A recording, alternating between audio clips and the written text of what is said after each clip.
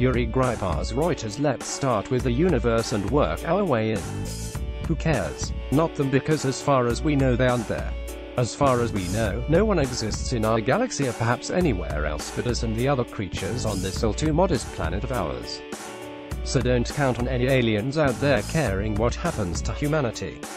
They won't. As for Earth, the planet itself can't, of course, care, no matter what we do to it, and I'm sure it won't be news to you that when it comes to him, and I mean, of course, President Donald J. Trump, who reputedly has a void where the normal quotient of human empathy might be, don't give it a second's thought. Beyond himself, his businesses, and possibly, just possibly, his family, he clearly couldn't give less of a damn about us, or, for that matter, what happens to anyone after he departs this planet. As for us, the rest of us here in the United States, at least we already know something about the nature of our caring. A Yale study released last March indicated that 70% of us, a surprising but still less than overwhelming number given the by now well-established apocalyptic dangers involved, believe that global warming is actually occurring. Less than half of us, however, expect to be personally harmed by it. So, to quote the eminently quotable Alfred E. Newman, what me worry. Tell that, by the way, to the inhabitants of Ohio and other Southern California hotspots. Infernos actually being reduced to cinders this December, a month that not so long ago wasn't significant when it came to fires in that state, but such blazes should have been no surprise, thanks to the way fire seasons are lengthening on this warming planet. A burning December is simply part of what the governor of California, on surveying the fire damage recently, dubbed the new normal, just as ever more powerful Atlantic hurricanes, growing increasingly fierce as they pass over the warming waters of the Caribbean and the Gulf of Mexico on the way to batter the United States, are likely to be another new normal of our American world.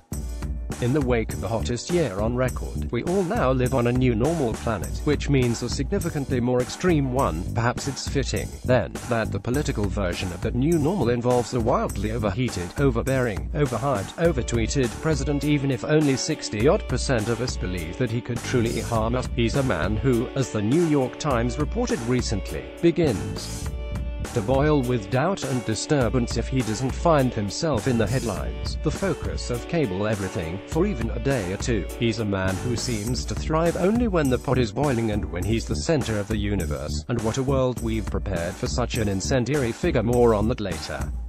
We're all now immersed in an evolving Trumpocalypse. In a sense, we were there even before the Donald entered the Oval Office. Just consider what it meant to elect a visibly disturbed human being to the highest office of the most powerful, potentially destructive nation on Earth. What does that tell you? One possibility, given the near majority of American voters who sent him to the White House by campaign. 2016, we were already living in a deeply disturbed country, and considering the coming of 1% elections, the growth of plutocracy, the blooming of a new gilded age whose wealth disparities must already be competitive with its 19th century predecessor, the rise of the national security state, our endless wars now turning generational, the increasing militarization of this country, and the demobilization of its people, to mention only a few 21st century American developments that should hardly be surprising. Could Donald Trump be the end of evolutionary history? Recently, as I was mulling over the extremity of this Trumpian moment, a depiction of evolution from my youth popped into my head. Sometimes back then, such illustrations, as I remember them, began with a fish-like creature flippering its way out of the water to be transformed into a reptile, but this one, known as the March of Progress, started with a hunched-over ape-like creature. What followed were a series of figures that, left to right, grew ever more Homo sapiens-like and ever more upright, to the last guy, a muscular-looking fellow walking oh so erectly. He, of course, was a proud specimen of us, and we, it went without saying at the time, were the proud end of the line on this planet. We were it, progress personified even in my youth. However, we were also in the process of updating that evolutionary endpoint. At the height of the Cold War between the United States and the Soviet Union, the fear of another kind of end, one that might truly be the end of everything, had become a nightmarish commonplace in our lives. One night almost 60 years ago, for instance, I can still vividly remember myself on my hands and knees crawling through the rubble of an atomically devastated city. It was just a nightmare, of course, but of a sort that was anything but uncommon for those of us growing up then. And there were times, especially during the Cuban Missile Crisis of 1962, when those nuclear nightmares left the world of dreams and pop culture for everyday life, and even before that, if you were a child, you regularly experienced the fear of obliteration, as the air raid sirens wailed outside your classroom window, the radio in your teacher's desk broadcast warnings from Conelrad, and you ducked and covered under your flimsy desk. With the implosion of the Soviet Union in 1991, such fears receded, though they shouldn't have, since by then, in a world of spreading nuclear states, we already knew about nuclear winter.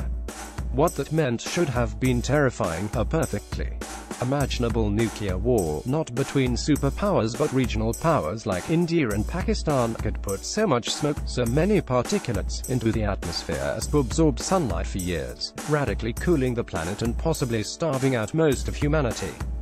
Only in our moment, however, have such nuclear fears returned in a significant way, under the circumstances, more than half a century after that March of Progress imagery became popular. If we were to provisionally update it, we might have to add a singularly recognizable figure to the far right side of that diorama, appropriately enough a large but slightly stooped man with a judgeon, a flaming face, and a distinctive orange comb-over, which brings us to a straightforward enough question: could Donald Trump prove to be the end of evolutionary history? The answer, however provisionally, is that he could. At a minimum, right now he qualifies as the most dangerous man on the planet. He might indeed be the final stopping spot, or at least the person who pointed the way toward it, for human history, for everything that led to this moment, to us. What rough beast, it's our come round at last. Whatever you do, however, don't just blame Donald Trump for this. He was simply the particularly unsettling version of Homo sapiens ushered into the White House on a backlash vote of dissatisfaction in 2016. When he got there, he unexpectedly found powers beyond compare awaiting him like so many loaded guns. As was true with the two presidents who preceded him, he automatically became not just the commander-in-chief of this country, but its assassin-chief, that is, he found himself in personal control of an armada of drone aircraft that could be sent just about anywhere on Earth at his command to kill just about anyone of his choosing. At his beck and call, he also had the equivalent of what historian Chalmers Johnson once called the president's own private army. Now armies, both the CIA regulars Johnson was familiar with and the U.S. military's vast, secretive special operations forces. Above all, however, he found himself in charge of the planet's largest nuclear arsenal, weaponry that he alone could order into use. In short, like this country's other presidents since August 1945, he was fully weaponized and capable of single-handedly turning this planet, or significant parts of it, into an instant inferno, a wasteland of, in his incendiary phrase in relation to North Korea, fire and fury, on January 20, 2017. In other words, he became the personification of a duck-and-cover planet, even though, as had been true since the 1950s, there was really nowhere to hide. It made no difference that he himself was woefully ignorant about the nature and power of such weaponry. And speaking of planetary infernos, he also found himself weaponized when it came to a second set of instruments of ultimate destruction about which he was no less ignorant, and to which he was even more in thrall. He brought to the Oval Office, "Make America Great Again," a nostalgia for his fossil-fuelized childhood world of the 1950s, weaponized by big energy. He arrived prepared to ensure that the wealthiest and most powerful country on the planet would clear the way for yet more pipelines, fracking, offshore drilling, and just about every other imaginable form of exploitation of oil, natural gas, and coal, but no alternative energy. All of this was intended to create, as he proclaimed, a new golden age, not just of American energy independence but of energy dominance on a planetary scale.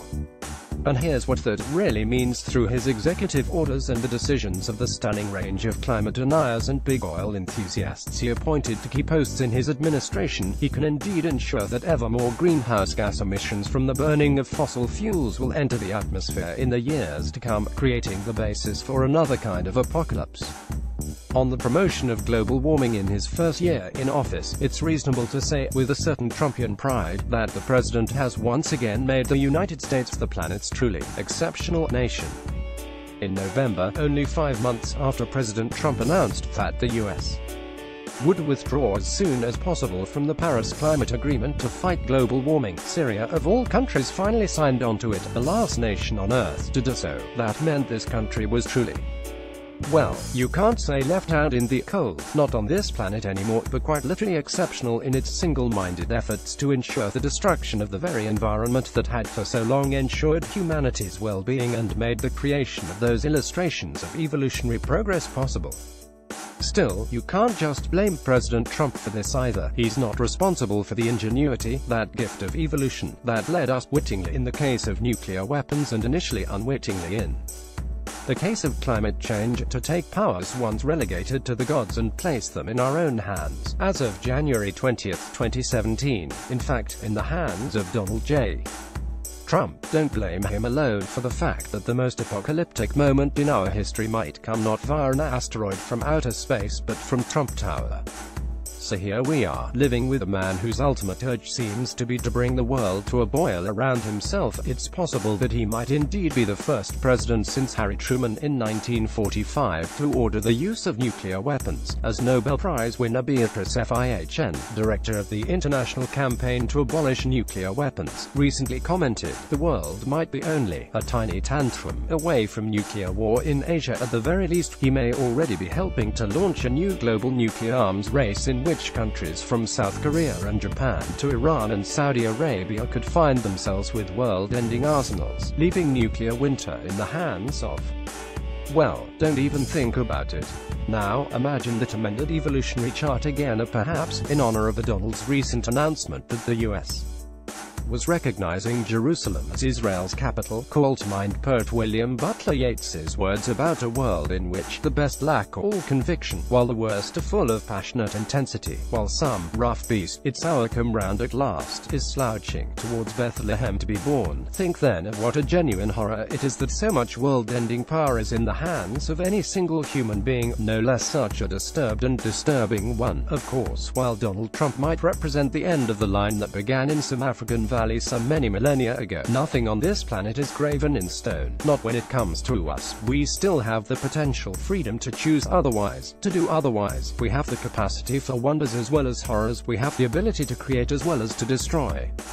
In the phrase of Jonathan Shell, the fate of the Earth remains not just in his hands, but in ours. If they, those non-existent aliens, don't care and the planet can't care and the alien in the White House doesn't give a damn, then it's up to us to care, it's up to us to protest, resist, and change, to communicate and convince, to fight for life rather than its destruction. If you're of a certain age, all you have to do is look at your children. Her children are those of your friends and neighbors, and you know that no one, Donald Trump included, should have the right to consign them to the flames. What did they ever do to end up in a hell on earth? 2018 is on the horizon. Let's make it a better time, not the end of time. Tom Engelhardt is a co-founder of the American Empire Project and the author of The United States of Fear, as well as A History of the Cold War, The End of Victory Culture. He is a fellow of the Nation Institute and runs TomDispatch.com. His latest book is Shadow Government Surveillance, Secret Wars, and a Global Security State in a Single Superpower World. Follow Tom Dispatch on Twitter and join us on Facebook. Check out the newest Dispatch book, Alfred McCoy's In the Shadows of the American Century, The Rise and Decline of U.S. Global Power, as well as John Doerr's The Violent American Century, War and Terror Since World War II, John Pfeffer's dystopian novel Splinterlands, Nick Turse's Next Time They'll Come to Count the Dead, and Tom Engelhardt's Shadow Government Surveillance, Secret Wars, and a Global Security State in a Single Superpower World. Download. Do you have information you want to share with HuffPost?